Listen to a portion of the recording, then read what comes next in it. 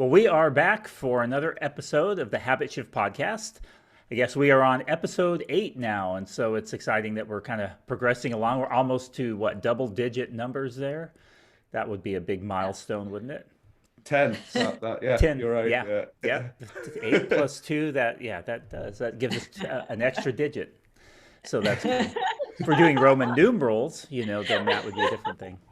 But yeah, I digress. So we are here to talk about protein today, not Roman numerals or multiple digit numbers. So today we're excited. We got Ian, Sandy, and Sarah, and myself again here as usual to talk about all things protein. And so, how are you guys doing today? Is this an exciting topic for you? It's one that comes up an awful lot for people. So I think that's why it's a good one to cover. Because I Yeah. think as coaches, we all know that most people, general population, don't eat enough protein and then they struggle to fit it in. So, and also, I don't think many people understand why it's important either. So, hopefully, we will cover all of that for you today. Yeah, definitely. I'm Well, fine, Ian, Jeff. yeah, well, that's good.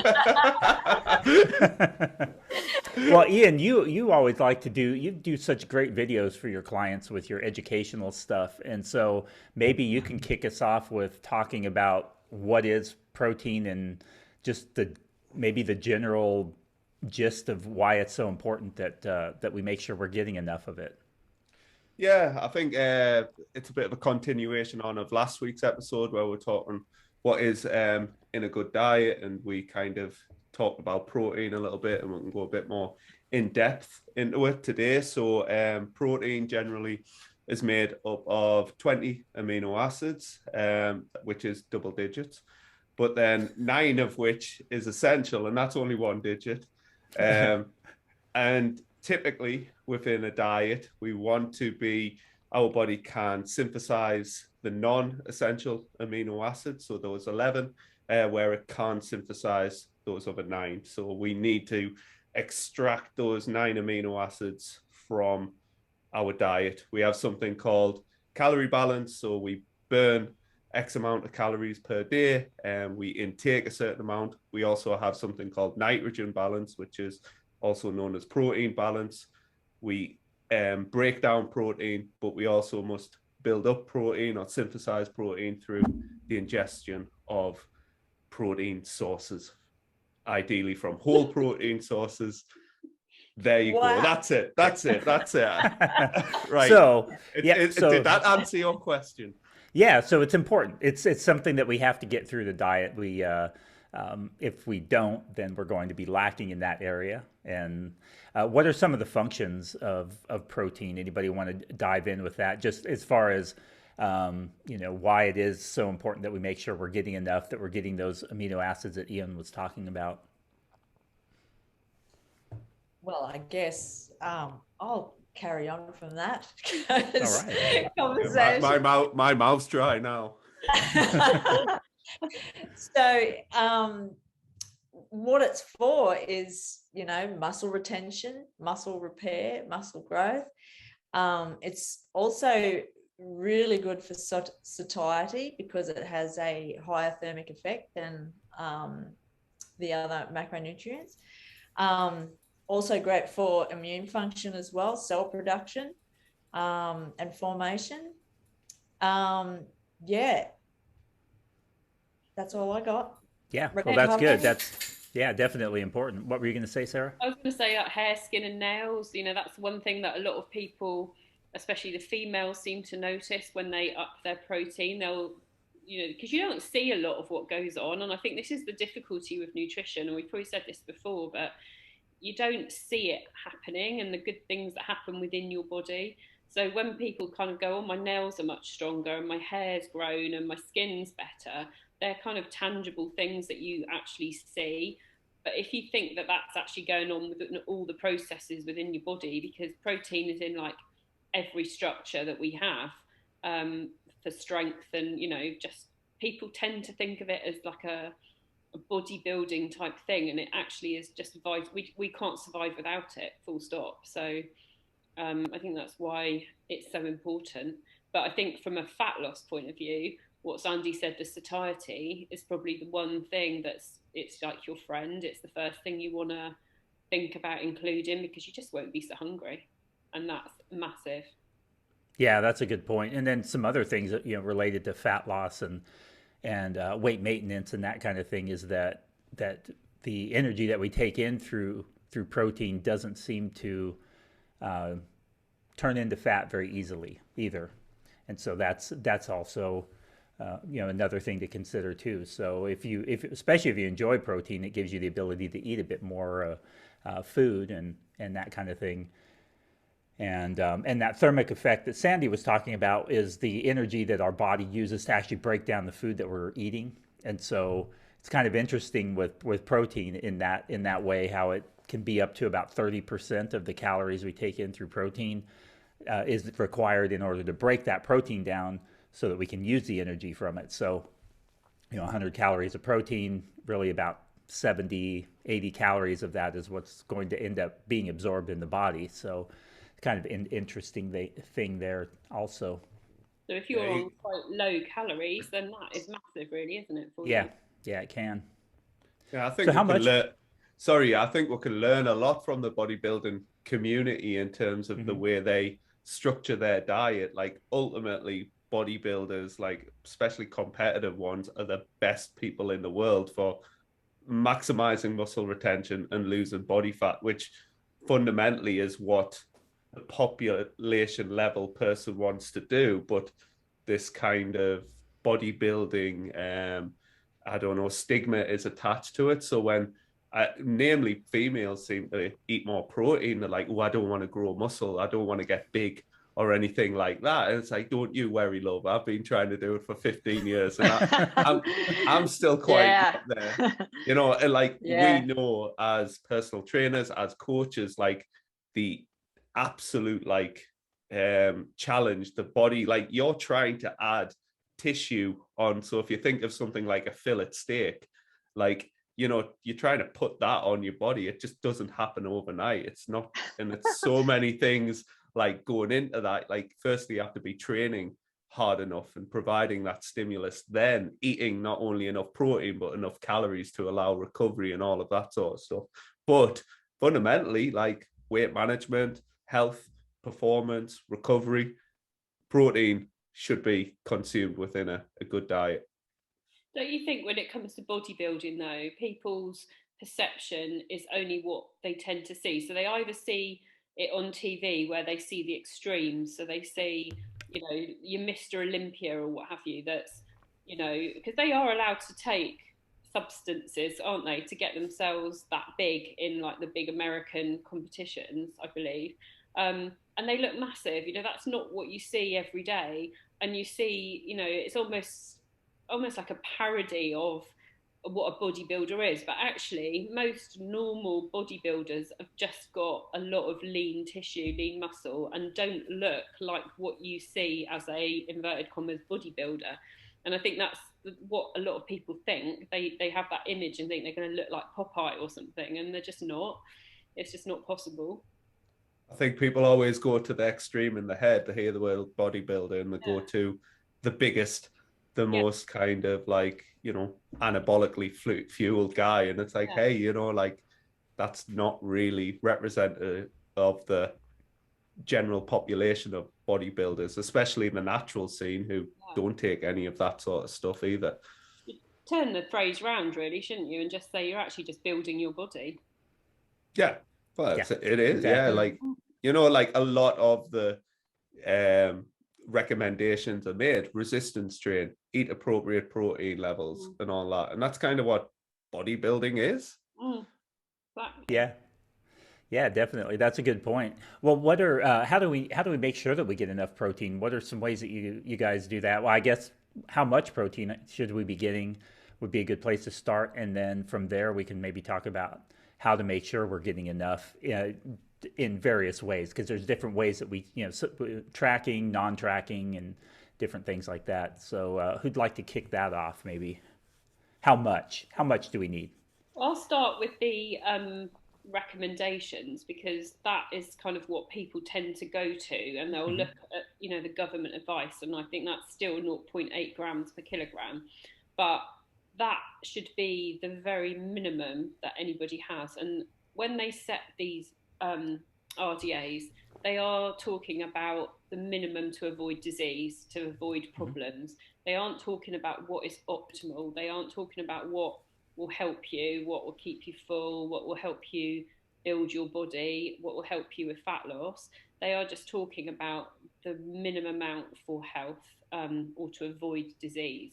So for most people, that is not going to be enough. So I'll pass on to somebody else to take it beyond that. Especially for women over 50. Yeah. You know, people in general in that higher age bracket are going to need more anyway. So, but in terms of, like you were saying, for general population, just that minimum is what they need, but probably even more than that. But if you're resistance training, you probably want to get at least 1.2 or 1.8 to 2 and over plus per kilogram of body weight there. But yeah, like I said, you know, for the elderly, you know, they're really going to need it as well. They're going to need that little bit more, I feel. Even though there is a minimum recommendation. Yeah, that's a good point about the older that we get. Interestingly enough, the more that we actually need to retain the muscle that we have, and so yeah, that all the current research definitely points to higher amounts being more beneficial than that minimum that is typically touted as the RDA, and of that 0.8 grams per kilogram. And for us Americans, just divide that by 2.2, and that'll convert it to pounds for you. And so yeah, so that kind of 1.2, like you had mentioned, 1.6, kind of in that range, maybe just for the average active person who's just who's doing a few workouts a week, maybe doing group classes, doing a little lifting here and there, maybe not heavy duty, serious resistance training. And then as you get doing more heavy resistance training, it may be beneficial, like you were saying, to go even higher to that 1.8 or 2 or even more.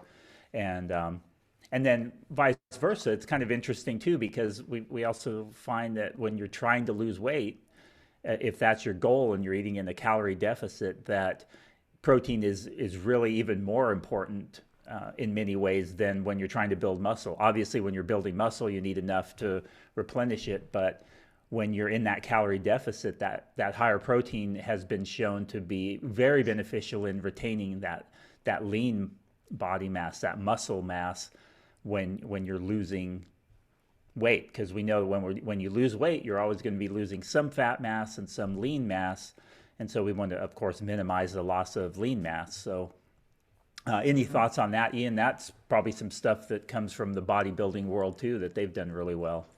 Yeah, I mean, the irony of bodybuilding, it was very bro, yet it's almost like the scientific research has caught up, because you have to start with anecdote first of all and then go away and test it. So maybe back in the day, the consumption was not too high, but like excessive, because we can eat in quite a large range. And as well, like, people have different regulators of appetite. Me personally, like, I probably eat a little bit more than what is recommended, because I really enjoy protein. Like, a plate without it just seems empty. You know, and like it is really satiating as well, as you'd mentioned. So I guess the recommendations are going to be based on like how active a person is, but even from like for a sedentary person, it's still important, if they are trying to lose weight, that they retain as much and maximal amount of body fat as possible. And I guess that is the end kind of goal of a bodybuilder, is to get on that stage or that photo shoot looking their absolute best. And that's what general population want to do. They say, I want to lose weight, but what they're actually saying is, I want to look amazing in that dress by the beach for that occasion and all of that. And nobody wants to go, oh, they don't go, oh, I really want to be skinny fat. You know, like that's not really a particular goal. I've never heard of it. You know what? I want flappy bits, but I want to weigh less on the scale. But the irony is a lot of people in the pursuit of just chasing this number on the scale is almost prepared to do the opposite of what we kind of recommend, which is, hey, they do excess cardio, they undereat calories, they undereat protein, they lose weight, they've lost lean body mass as well as fat mass, but all they're caring about is, and then when they rebound, they typically regain a lot of body fat, but they don't regain a lot of lean body mass because they're still on a low protein diet and they're not training with resistance. Yeah. Yeah. And people don't understand that either. So they don't know the difference between losing weight and losing body fat, because they're two totally different things. So getting back to the protein, you're going to be more beneficial having protein. So you try, and also resistance training, to try and maintain the muscle that you have, because as we know, as you diet, you're not only losing body fat, but you're losing water and body fat and muscle as well. So keeping a hold of that muscle is really important, especially for women over 50. They lose at least 1% per year, it's shown, for women over 50. So more important for them to be eating more protein and resistance training. Absolutely. I think it's, when I certainly find, I don't know about you guys, but when people come to me that haven't got any previous knowledge of dieting or training or any of those things, they don't understand protein at all. They just eat food, and they probably eat too much food if they're coming for weight loss. And you go through their diet with them, and if you sort of think of the average person, they'll have a carb-based breakfast. It could be toast and marmalade, toast and jam, quick, out the door, ready for work. Could be cereal. You've practically got no protein in that breakfast at all. If you're having cereal, you've got a bit of milk, but you're going to have negligible amount of protein in the amount of milk you have on the cereal. You go to work, you grab a sandwich, you grab, I don't know, a packet of crisps and a Diet Coke or something. Again, depending on your choice of sandwich, the protein's going to be pretty low because you've only got a small amount you can fit in that sandwich. So you can get halfway through your day and maybe you're only up to 10 or 15 grams of protein. And then probably most people's dinners aren't so bad because they'll tend to choose some kind of meat, fish, poultry type of sauce, unless they're vegetarian or anything. So they can be ending their day on 30, 40 grams of protein, which, we could be recommending someone has in one meal. So I think it's a bit of an eye-opener for people that have never understood the composition of the foods that they're eating. And it can be a massive eye-opener when they go, oh, wow, I had no idea I was eating so little. Have you guys found that as well? I was actually thinking about that today. When I was like a lot younger, I didn't even know what protein was. It was just meat and, vegetables. That was what it was called. I didn't know that it was called protein. Yeah. And you hear it a lot more now, especially with, shows like MasterChef. They're always talking about, adding protein to their meals. But yeah, it was something that when I thought about it today, I don't remember ever calling it protein. No. So yeah, I never knew about it, but I obviously do now. But like a lot of people, they just don't know what it is and what it comprises of, what it's in. So yeah, that's where it comes back to a bit of education. Yeah, I've definitely found that also, what you're saying, Sarah, with people not realizing when they don't look at the composition of their meal, and they suddenly do often realize just how little protein they're getting, or how it's not spread out very well over the course of the day. Because while the number one factor is that we're getting enough for the entire day, and our body is pretty good at using the nutrients that we take in at different times of the day and using it when it's needed. But there are some advantages to kind of spreading it out throughout the day and having protein more often. And it also makes it easier to get that full amount if you're not trying to get it all in one meal. So yeah, I've definitely seen that as well. And how do you guys address it? Like with your clients? Obviously, if you're using a tracking approach, you can just tell someone, hey, here's your goal. I want you to get 100 grams of protein, or 90 grams of protein, or 150 grams of protein. And so, go track that and make sure that you're getting it. That's one way, but I know that we don't always use tracking approaches with clients. And so how do you guys typically work with somebody to help them get enough protein? Sorry, go on. No, I was just going to say is potentially journaling and maybe looking at MyFitnessPal or a tracking app purely as a journal, not as like trying to hit specific numbers, but just like a recall, and then being able to look at that. And that's obviously generally their typical habits around nutrition, and then start like looking around how you can manipulate that, and maybe just focus on the certain things. Like for me, I think breakfast is one of the most challenging times for people, but it's also one of the most important times, because like that's usually the time that you've been fasting the longest. So the longer you go without that protein intake, the more at risk you are at muscle loss. So if anything, I would rather see someone if they were having 2 protein feedings per day, I'd have it first thing in the morning and last thing at night.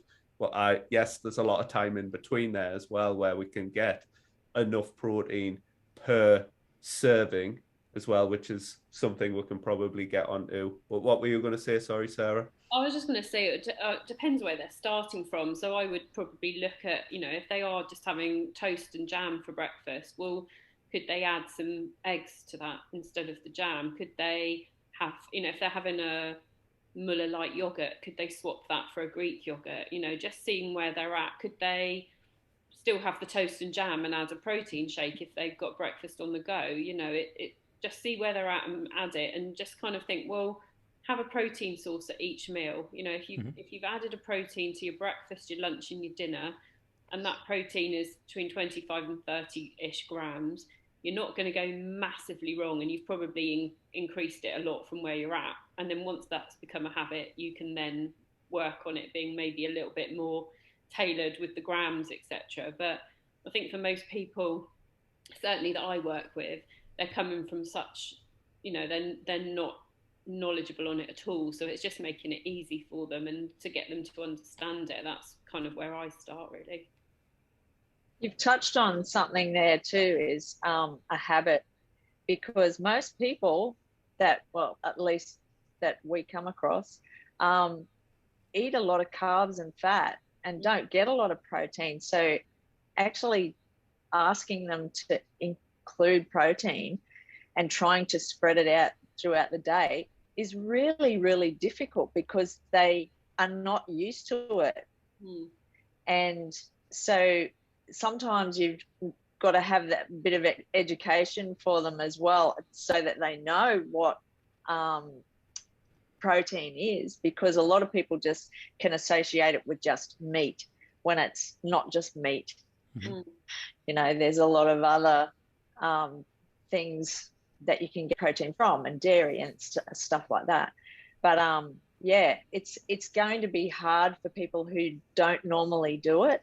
But it's like you said, it's just something that you need to start incorporating, and maybe just doing it slowly, rather than, changing up your whole, meals throughout the day, because it just won't last. It's just about changing a little bit. Like you say, if they're having toast and jam in the morning, it might be just a case of you know, changing it to eggs on toast instead of the jam. Yeah, I like that. That's typically what I do too, is just trying to help them at a starting point be mindful of getting protein at each feeding. And when it comes to with kids, teenagers, and adults as well, one of the things I always typically do too to bring it in to give them some sort of motivation and reason for maybe being more mindful of adding protein at each feeding is that satiety effect. I can't remember who mentioned it earlier, but protein has a powerful effect on our appetite and satiety. It's very sustaining. It carries us over, and so it not only is it beneficial for us to get enough protein over the course of the day, but one of the big benefits of that is it helps us to really manage our appetite. So if we can get some protein at breakfast, as an example, you know, if I can eat. I'm a big bagel person, and a couple of times a week I usually grab a couple of bagels, and I just eat them plain. I just like them that way, and that's about 700, 800 calories, depending on what kind of bagels I get for those two.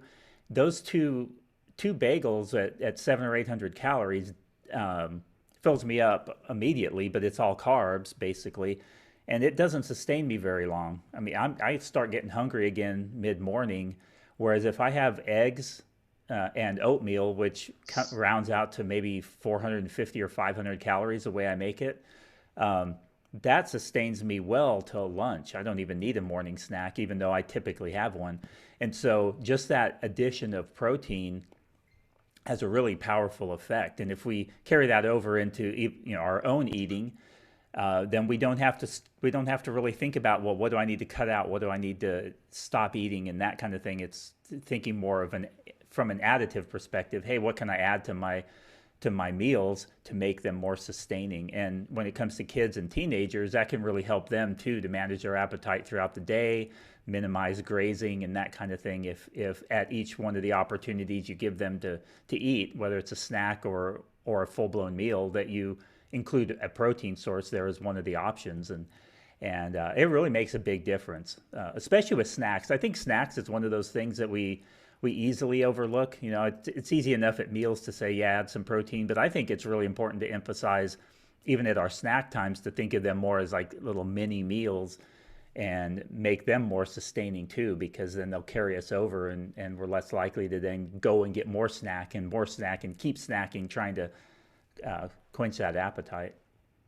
I think Sandy, touched on it there before as well, in terms of people's education. I think that the food industry has jumped on the protein bandwagon as well. So like protein everything, and you know, we've got protein bars, we've got protein cereal, we've got, like, you know, and for them, I'm sure I would read it, like they only have to have protein as something like 12% of their intake, or like that's on the label or something. So they can like almost say Weetabix, for example, like if it's 8 grams, if it's 8 grams of protein in, it's normal Weetabix. But if they put that to 12 grams of Weetabix protein per like serving, it's now protein Weetabix.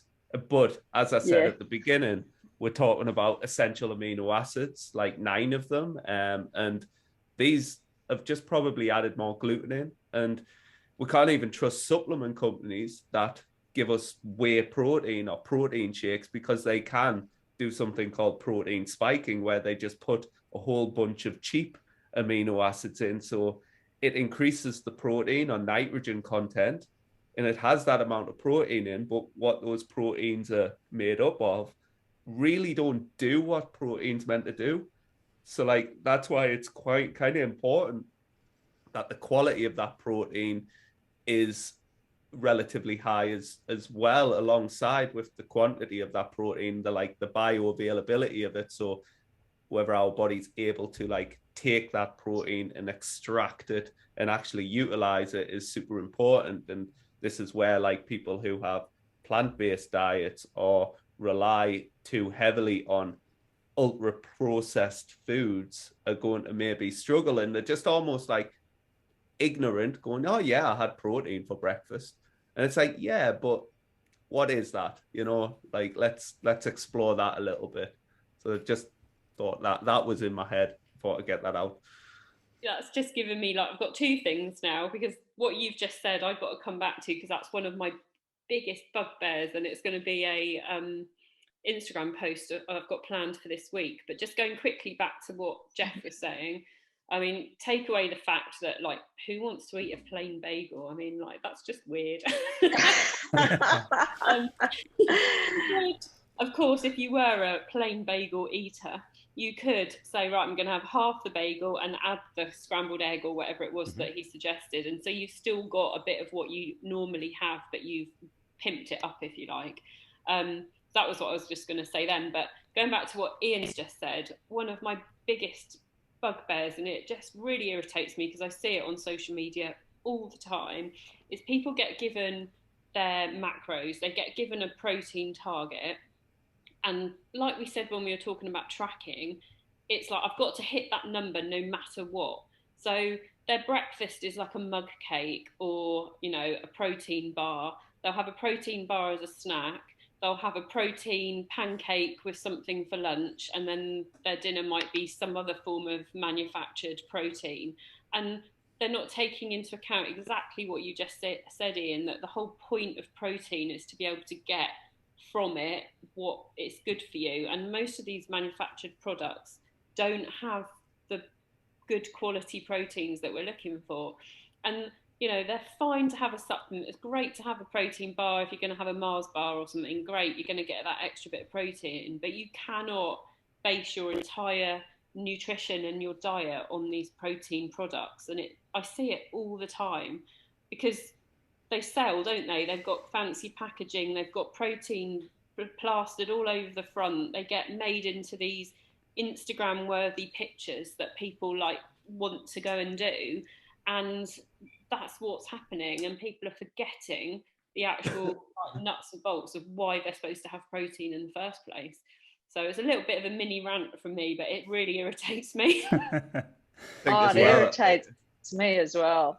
I think you see a lot it of on people, like the protein bars. Yeah.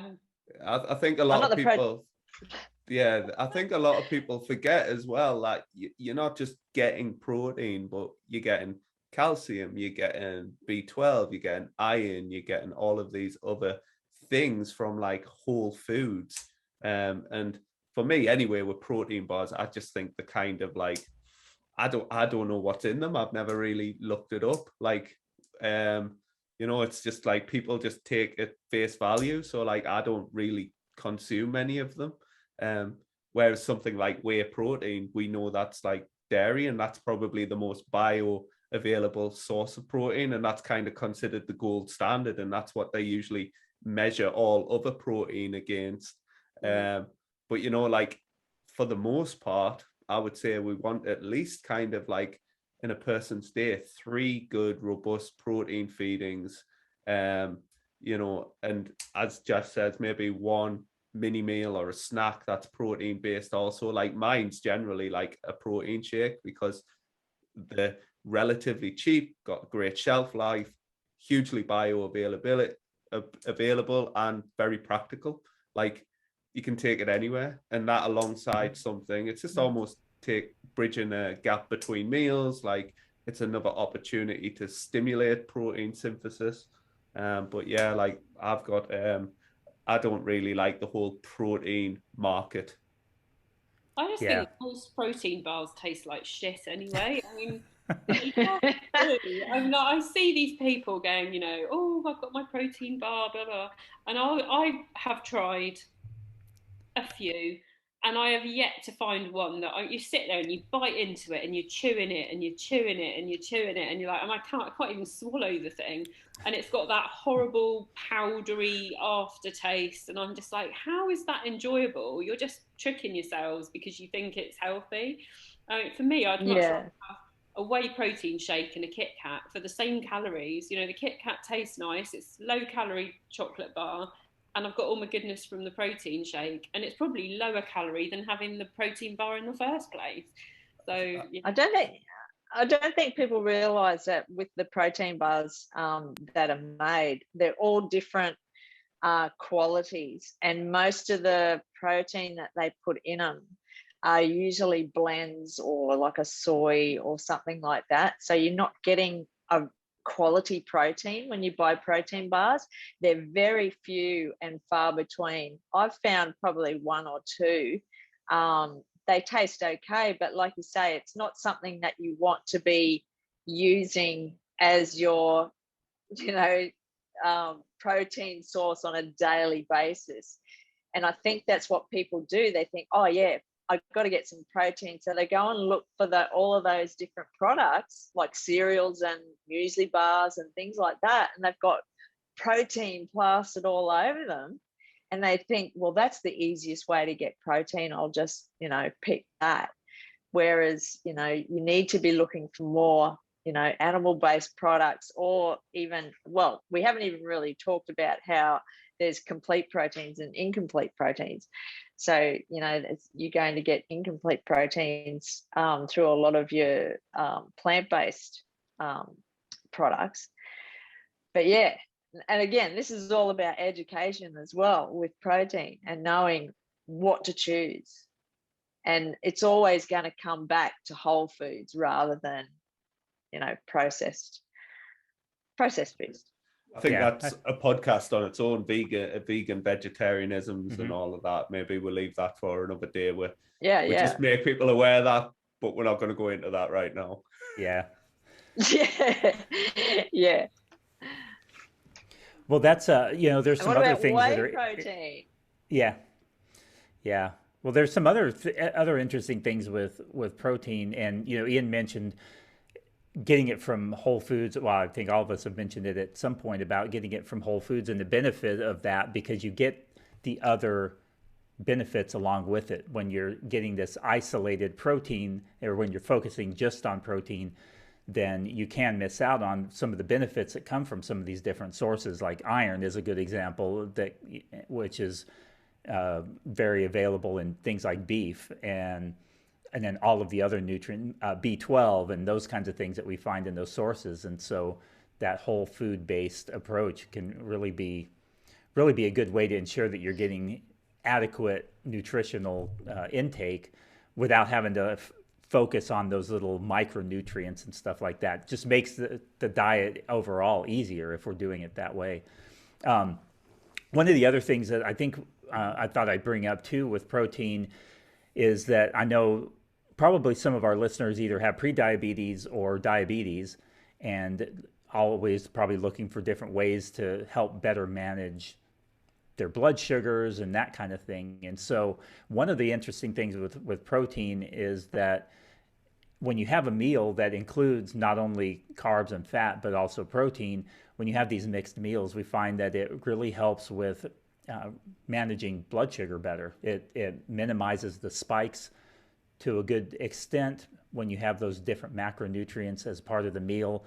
And also protein does stimulate insulin release, and insulin is what helps dispose of the glucose in the bloodstream. And so when you do have that, and there's even some research that's showing that the impact of how protein causes insulin to release is different than the way that carbs do, and so it kind of goes through a different pathway, which is really beneficial too. So it can really help with people who are struggling with higher levels of blood sugar if they focus on and keep protein intake in mind with all of their meals. So I did want to make that point too, and I think that's an important one just for the general population to understand. Another incentive to kind of make sure that you're getting enough protein in there.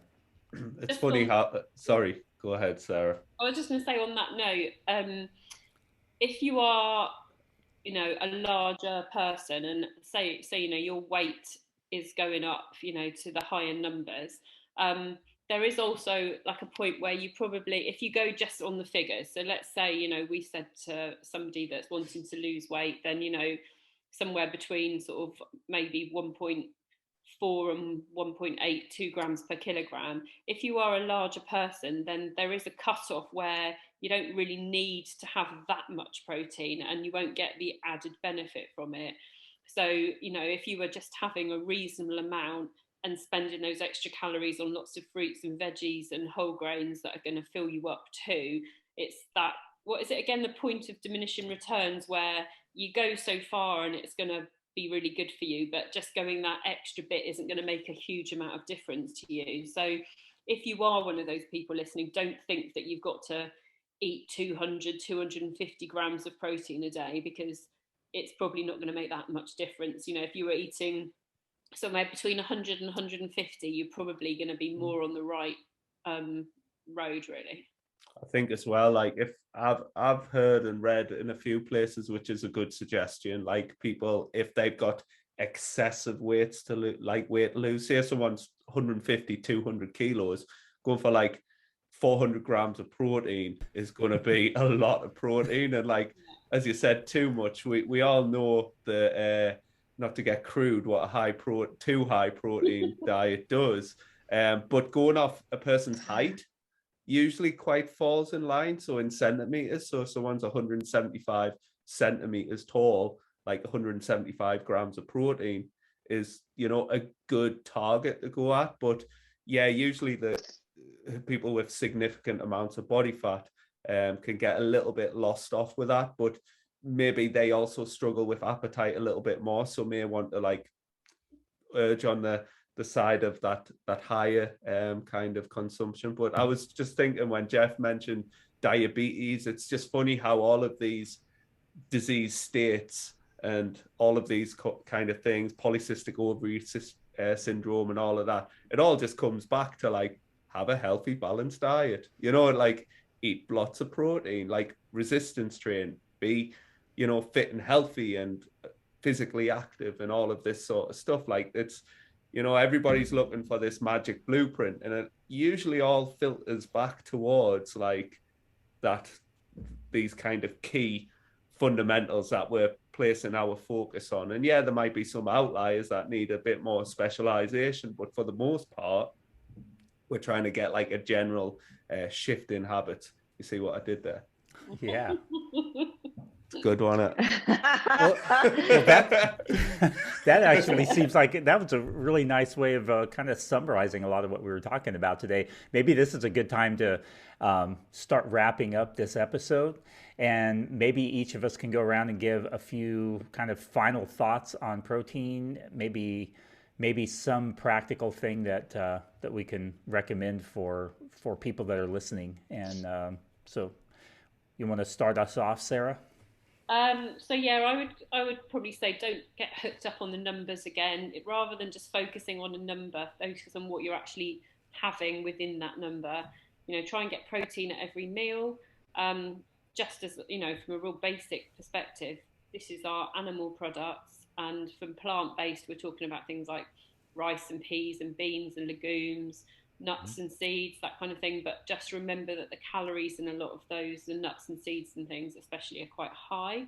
So for the amount of protein you're going to get, so choose your sort of sources carefully. Look things up, you know, look at the labels, see what protein is in it per serve, and see maybe where you can swap to make it fit with your goals a little bit more. I would just say about getting a bit of variety as well. People tend to get stuck on, say, chicken, and we'll just have chicken every day. Or, you know, they'll find something they really like and they'll just continue to have it every day.